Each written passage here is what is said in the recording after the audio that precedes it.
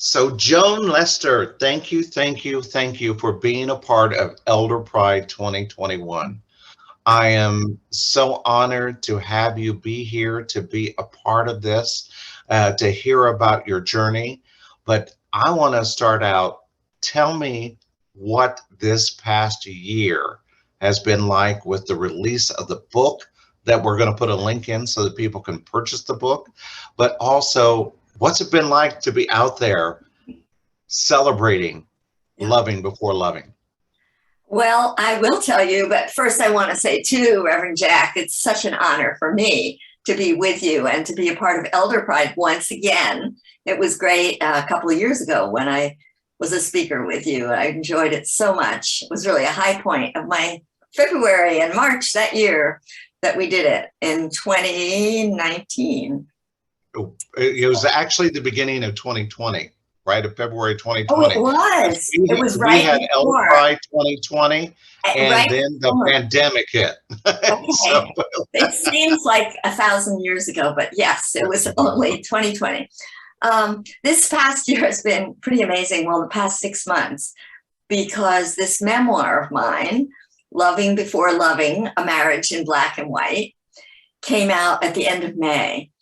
This is my sixth book, and it's always exciting when I publish a book. But although I've gotten really good reviews before and just the occasional award, I have never gotten fan mail every single day. Emails. This book has touched a nerve. I think it's a very raw, personal story. People keep saying you were so brave to be so vulnerable. I wasn't really that brave. I just wanted to tell the true story of a woman who was married, a white woman who was married to an African-American man in 1962, before the Loving decision from the Supreme Court, which is what the title references, which outlawed bans on interracial marriage in 1967. So all during that decade, I was married to the writer Julius Lester, who became very well known, especially for his first book, which I edited in 1967. It came out called Look Out, Whitey, Black Power's Gonna Get Your Mama, which was a fabulous title and did its work. It got reviewed in the New York Times. It just became suddenly the go-to book for every college student that was at all political, and for civil rights activists. It was kind of the first Black Power manifesto out of the movement of the 60s. And I was deeply, deeply involved during that entire decade. I lived and breathed. We called it the movement then, movement politics, civil rights politics. And then at the end of the decade, got very involved as one of the initiators of this wave of the women's movement, and participated in the first national conference. And so it was quite a decade. And I also had 2 children during that decade with him. And this book is primarily a memoir of that decade, although it continues on another 10 years until I read Adrienne Rich's iconic essay called Lesbian Existence, something, and the sexuality continuum, or something like that, in the magazine Signs. And that came out in the late 70s. It was a very influential essay that has been quoted a lot since. And in that essay, she described Dr. Kinsey's research, which had only been maybe 15 years before, in which he proposed, and according to his research, had demonstrated 5%, he said, of the population is exclusively what he called homosexual. 5% is exclusively heterosexual, and the other 90% is on a continuum in between. So when I read that, I thought, I had been heterosexual, and I decided that really wasn't working out too well for me. I'd had a number of lovers, 2 male husbands, and I just decided like I wanted a partner, but I couldn't put my children and myself through any more drama. So I made a decision. So you were saying the drama was all about the men. It was, you got me there. Let's say to me, because of my, this, and I've seen as I wrote the memoir, my part in this, I was not a woman who submitted easily to patriarchy. And therein lay the rub.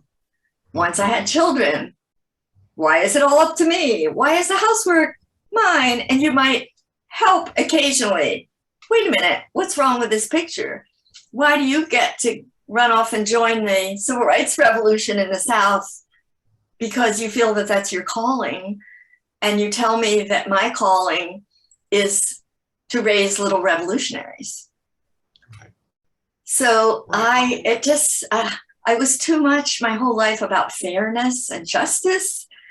And when I applied that to my situation with sexism, it really wasn't working. So I was always, I had a lot of contradictory impulses myself. Like I thought I needed a husband to help me with these children, and children needed a father. But then again, the husbands, I was always in rebellion, shall we say. So it didn't really work out too well. So a good friend of mine, Maxine Wolf, who later actually became one of the founders of Women's Act Up Women in New York, told me she had started dating a woman. She had also been married to 2 men, and she had 2 children. And she said it was great with no sexism in the relationship. And I said, oh, that sounds good. And then I read the Adrienne Rich essay. And so I told friends that I was going to be a lesbian. And they said, you can't choose to be a lesbian. People are just, these are all straight friends, mind you. Right. People are just born gay. How do you know? You have to know inside. And I'm like, no. Look, people get to choose their religions. They get to choose, I had crossed what some people considered a immutable, a huge barrier of a color line to get married to Julius. Why couldn't I cross the gender line? Right. So I made that decision. So I decided, friends had wanted to meet lesbians, and a straight friend of mine told me she'd heard there might be lesbians in the softball league. I then lived in Northampton, Amherst area, crawling with lesbians. And so my son, who was then about 11 or 12, had him practice me all spring, throwing a softball in our yard in Amherst. I was then in graduate school getting a doctorate and living on food stamps with the kids and Section 8 housing. And so I practiced and I joined a softball league. I still wasn't a great hitter, but I could catch and throw really well. I had a good arm. So I met a woman in the softball league who played second base on another team, which was the position I played on my team. And her name was Carol Johnson. And how lucky I met her that summer.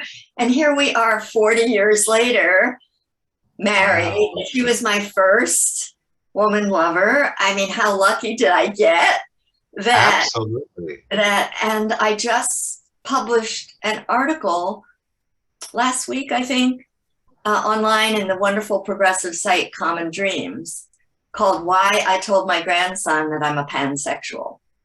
Mm-hmm. I have a new term for myself. I'm claiming pansexuality, which really means that one can be sexual and choose as a life partner people of any of the many 70 genders or so, however many we consider there to be now, this entirely fluid category. And maybe at different times in people's lives, they'll choose different people. I so agree with that. I often thought early in my own evolution that I bet when we really get down to it, we're going to learn someday there is no such thing as being gay, straight, bisexual, that we're all pansexual. And that we are called to love whoever we are called to love, and what that relationship is going to teach us, what we're going to, you know, what will evolve from that. As Yanla says, you know, people come into your life for a reason, a season, or a lifetime. That different relationships, be they male, female, will come into our life for a reason, a season, or a lifetime. And it's getting through our own stuff Right. and breaking through our own tribal barriers, if you will, to get to that place of self knowing, that place of self understanding my own authenticity and what that means. You know, you mentioned earlier on that you were starting to get fan mail every day, and that people are reaching out to you.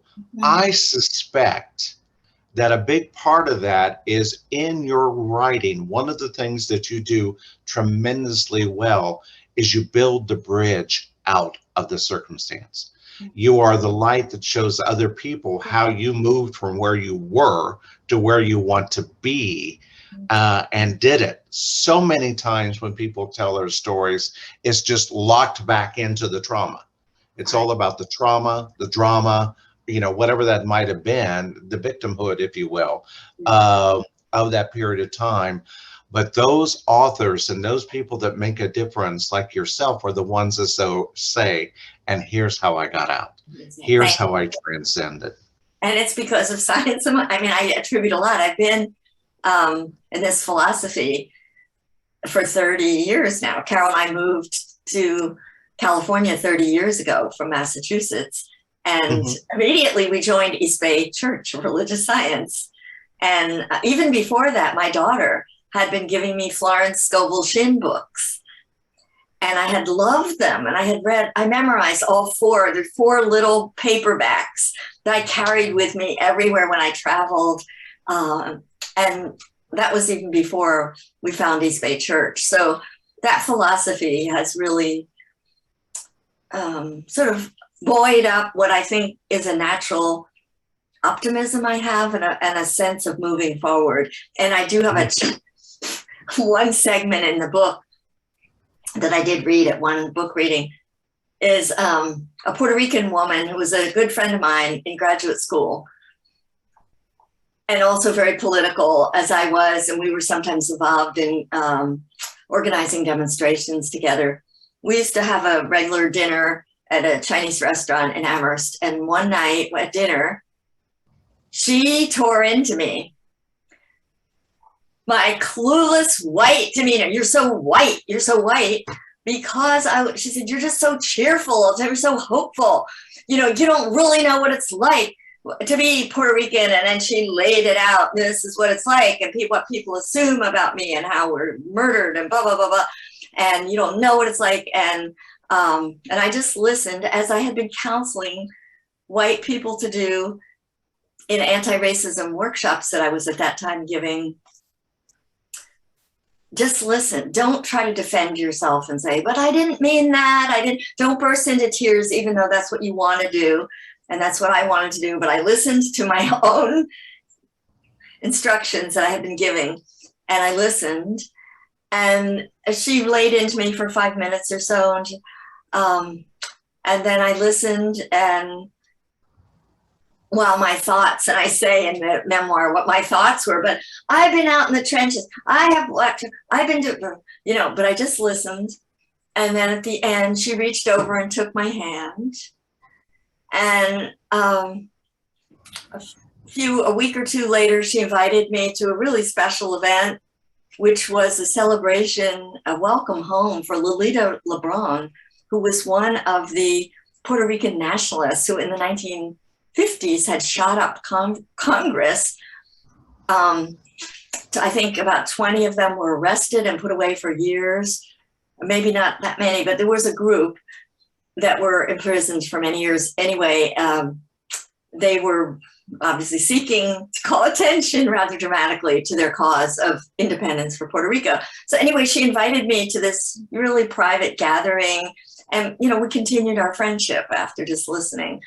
But I think that quality of being hopeful is something that I actually learned early on as an activist. Mm-hmm. that I think that helps sustain us. It doesn't mean we turn our eyes completely away from the horrors.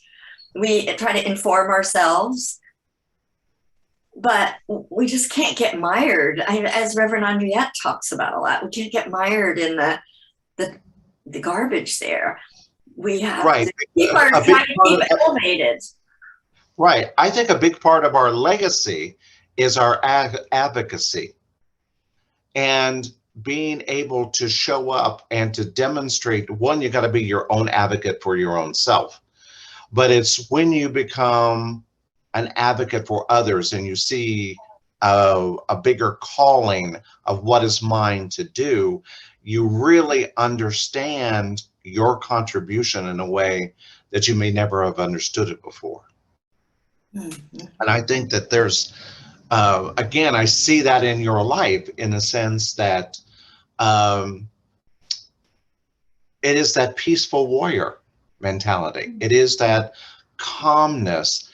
And when we listen, what we're really saying is, I hear you. Mm-hmm, mm-hmm. I hear you. Yeah, I'm listening. And I see you. And what a gift that is to give to another human soul, is to say, I hear you. It's to listen. And what a learning for us. I mean, one way I've learned so much about racism is people who have yelled at me and said, you know, you're being so racist, because I've listened. In fact, Reverend Jack, could I read you like a 3-minute? Absolutely. Absolutely. I would love that. Episode. This opens the book and it kind of gives it, I have it printed out if I can cleverly get to it. Okay. So this is on page 2 of the book when I first met Julius Lester in 1962. And we were both camp counselors at a Catskills camp full of white people. How many times had I even talked to a Negro man? When I'd worked in New Haven, my friend Eleanor Holmes, a law student then, had often taken me to her Yale Law School dining hall. There I had stared at dark waiters in white gloves who stood silently in front of red velvet drapes covering the windows. It looks like the old South, I'd thought, though I dined with a Negro woman. How can you stand seeing them all lined up on the side of the room? I once asked Eleanor. Look, they have jobs, but it's a segregated job. And wearing those red jackets and white gloves, it's humiliating. This is 1961. It's just like a white liberal to want to take away their jobs, she muttered. Okay, I said with a sigh. I'm glad they have jobs, but these are so embarrassing. How must they feel? Grateful, she spat out. They can feed their families, pay their rent. Get practical, girl. This is a good job. If they can swallow their self-respect. I bit into my chicken, which tasted of the bile rising into my mouth.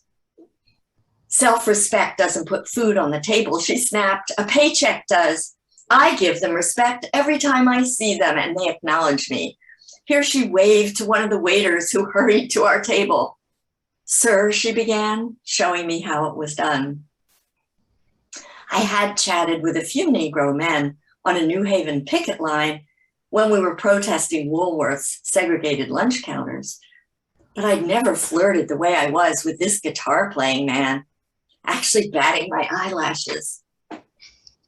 Evidently, I was equally beguiling on this first day at Camp Gulliver.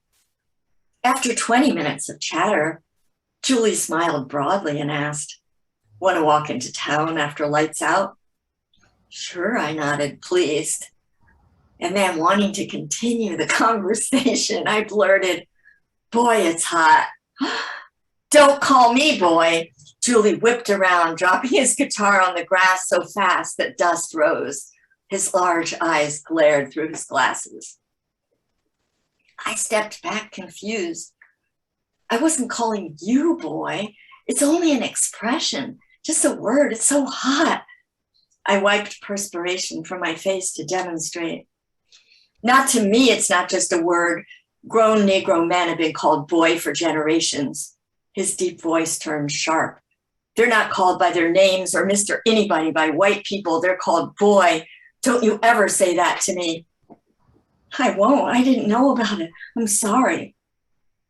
Still, his generous mouth turned down and his jaw muscles clenched. I'm sorry, I said again. I wasn't calling you that. Who could know about all this history, about a simple word that could make a grown man jump? I held my breath. His jaw muscles rippled. As he stood draped in his fierce pride, I liked him even more. What could I do to make up for my blunder? Do you still want to go into town tonight? I asked quietly. He remained silent. I waited. His thin, tense face looked as if he might explode again. When I began to walk away, I heard a soft yeah and the sound of an exhale. I turned back and said, I'm sorry once more for good measure. That was the beginning of our relationship. So I learned a lot. Yes. 1962, I was 22 years old. Yeah. And it is so important. And I'm sure that you have, thank you, one, for that reading. And one of the things that I loved, even as you were doing it, you were acting it out. Well, see, I realized the perspiration. I was with a director, so you called it forth from me just by your mere being. So I love that. But what have you learned over the years about the power of the words that we as white people don't understand, and the charge that comes with that, and our obligation to learn that? I have learned so much in the 59 years since that happened, and I'm still learning all the time. And that's what's amazing to me. I keep learning. I keep feeling like I'm gulping down information from friends and theater and books and this awareness, being, reading everything I can. I'm still learning how hurtful words can be. Trigger words, we used to call them in workshops. And in the old days of workshops that I used to do in the 80s and 90s, 70s, 80s, 90s. Right. It was everything from flesh-colored Band-Aids, which were normed on only one tone of flesh. But how could a company call that flesh-colored? As if there weren't an array of colors. And in fact, they actually normed it on the minority skin color in the world and called that flesh color, which is really telling about how we placed ourselves at the center of everything. White people. Absolutely. And we still, now that we are in what some would call those elder years, I think that is a time in our life where we demonstrate our willingness to continue to learn, but we also understand that there is a responsibility to turn and to teach in our own way. Yes. And as a writer, that is your platform for teaching. And I so lift you up for that. I so appreciate that. What would you tell, knowing what you know in 2021, what do you wish that you could have told that woman of 1961 about life? Hang on. It's going to be a bumpy ride, honey, but you're going to get there. Just, keep on keeping on. And, in a sense, I want to say, you're so open to life, and that's a good thing. And it's going to bump you around.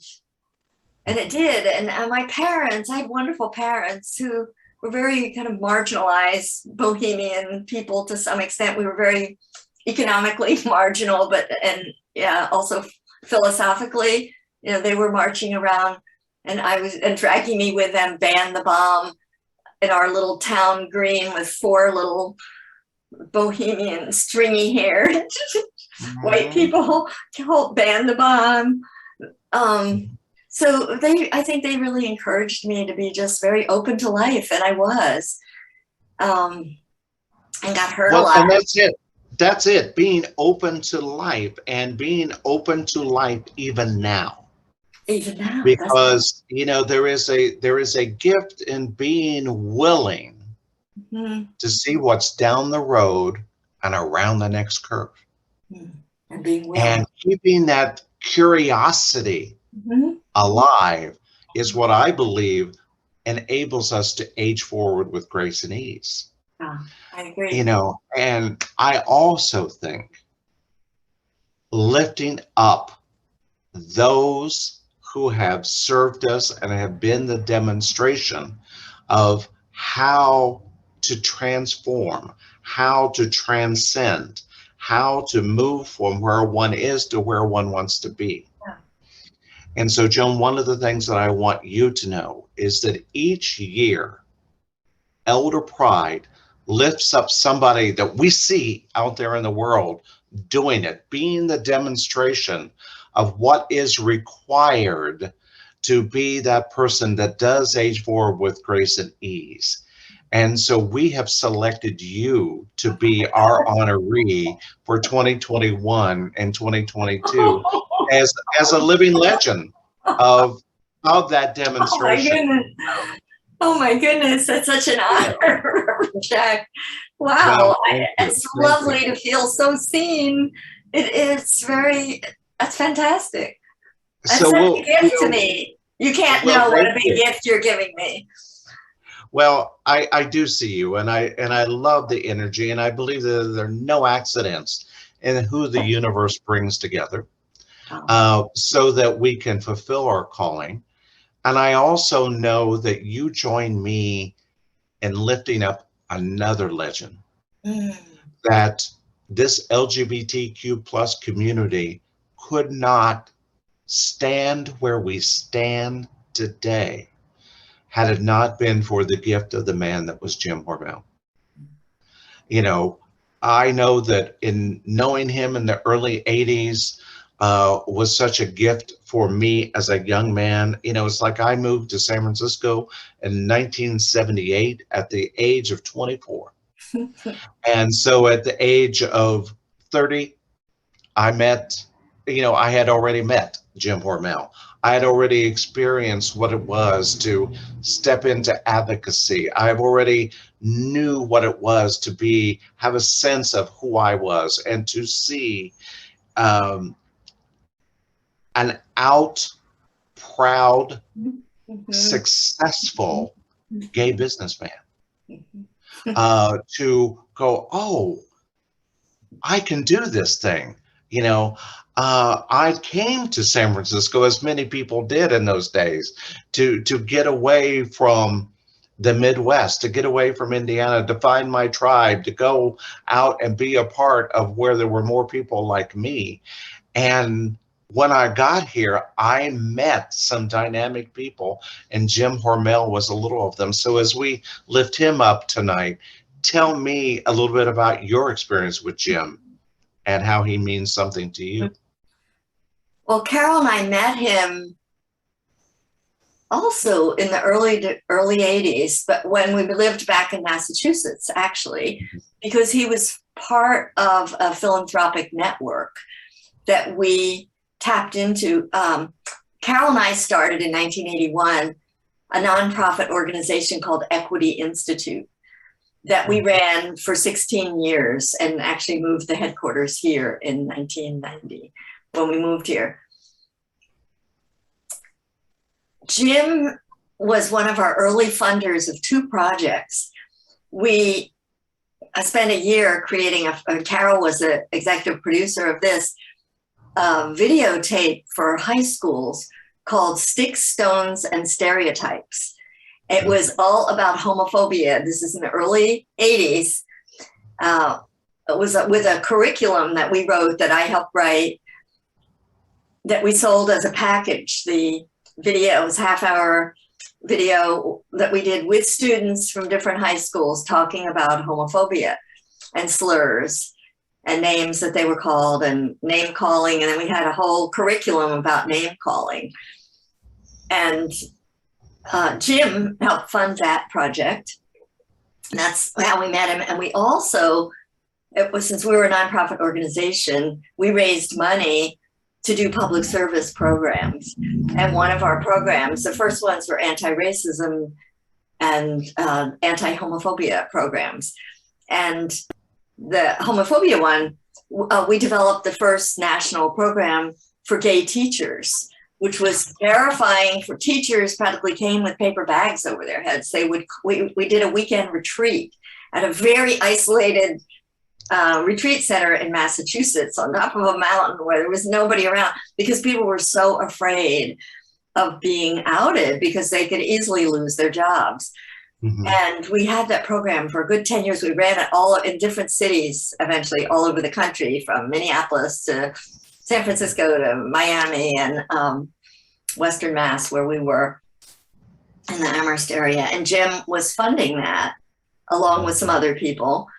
And then when we moved here in 1990, he was one of our first contacts. We didn't know many people here. He introduced us to a lot of his friends. He invited us to all his parties for years and years. He gave great parties. He gave amazing parties. At one of them, a birthday party, he had Patti LaBelle showed up as a guest singer. And I mean, they were just like these extravagant parties, which was really fun. We did that for many years. And I had a monthly lunch with him because he aspired to be a writer. And as did I at that time. And I was just starting really to publish more. I had started in the 70s in women's newspapers and small underground left-wing papers. And then I started to publish a lot more in the early 90s. And that was one of our bonds. I mean, certainly our activism and so on. So yeah, we had this monthly lunch for years at Zuni Cafe. I would go into the city, and that was a place he really liked. And then eventually I got tired, after a number of, quite a few years, I got tired of always going in, so we alternated a month. He would come to Chez Panisse in Berkeley, where I live, and I would pick him up at BART, and we would drive up to Chez Panisse. So we did that for like a lot of years. It's only in recent years we had drifted off, and nothing happened between us, but I often thought I got so busy. I don't know. He got busy. He invited us to, like when he was ambassador to Luxembourg. Right? And he invited us to a party there, which we didn't go to. And I think in the last couple of years, he actually invited us to a birthday party in New York. I mean, he was always invited to faraway places, which we didn't go to. So. But the connection was there. For many years. For many years. And he was one of those people, and this is, even though he was actively engaged in your life for multiple seasons, he really was a part of your life for a lifetime, because the impression that he made upon your heart and your soul is the lifetime memory. And that's a part of why we lift up those people that made that difference. So Joan, I'm going to ask that you come back and join us for some live Q&A. But in the meantime, until that happens, I want to complete this segment by just saying thank you, thank you, thank you for being one of those people that came into my life, but also for the shared vision that we have of the possibility that we can create a world that works for all. And that if we, do what we do and live by our authenticity, it's all possible. So thank you, Dr. Joan Lester. Thank you. Ditto. Can I hold up my book before we go? I see that you have a copy there. Can hold it. I can point to it. I can do the go. And that was me, 58 years ago. And Julia, wow. And the publisher, University of Wisconsin Press, did a beautiful job with this cover. I sent them for the cover. Remember those photo booth strips? Yes. Okay. I had one of the, 4 came on a strip. I had one of them stuck in an old photo album, and I cut it out. I had to cut the page on the photo album. It was this big, and I sent it to them. And look what they did. Out of that little photo, So there you go. Perfect, perfect, perfect. It was meant to be.